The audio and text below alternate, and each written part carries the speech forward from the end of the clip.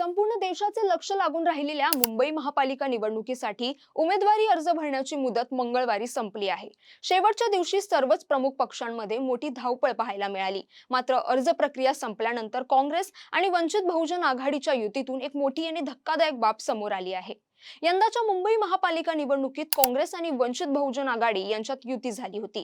जागा वाटपात काँग्रेसने मोठ्या मानाने वंचितला 62 जागा सोडल्या होत्या, तर स्वतः सुमारे 150 जागा लढवण्याचा निर्णय घेतला होता।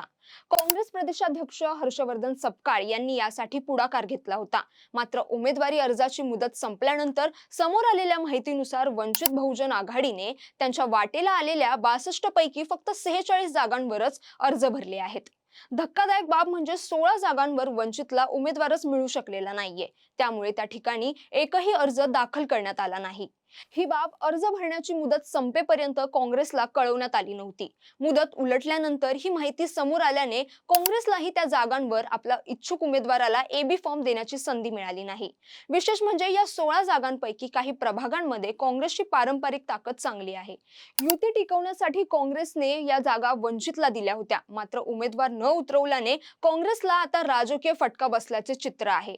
परिणामी काही ठिकाणी काँग्रेसचे बंडखोर उमेदवार अपक्ष म्हणून रिंगणात उतरले असून त्यांनाच अप्रत्यक्ष पाठिंबा देण्याची वेळ आता काँग्रेस पक्षावर आली आहे। आता या 16 जागांवर काँग्रेस अधिकृत उमेदवार उभे करू शकले नसले तरी बंडखोर उमेदवारांशी समन्वय साधून परिस्थिती हाताळण्याचा प्रयत्न काँग्रेस पक्षाकडून केला जात आहे।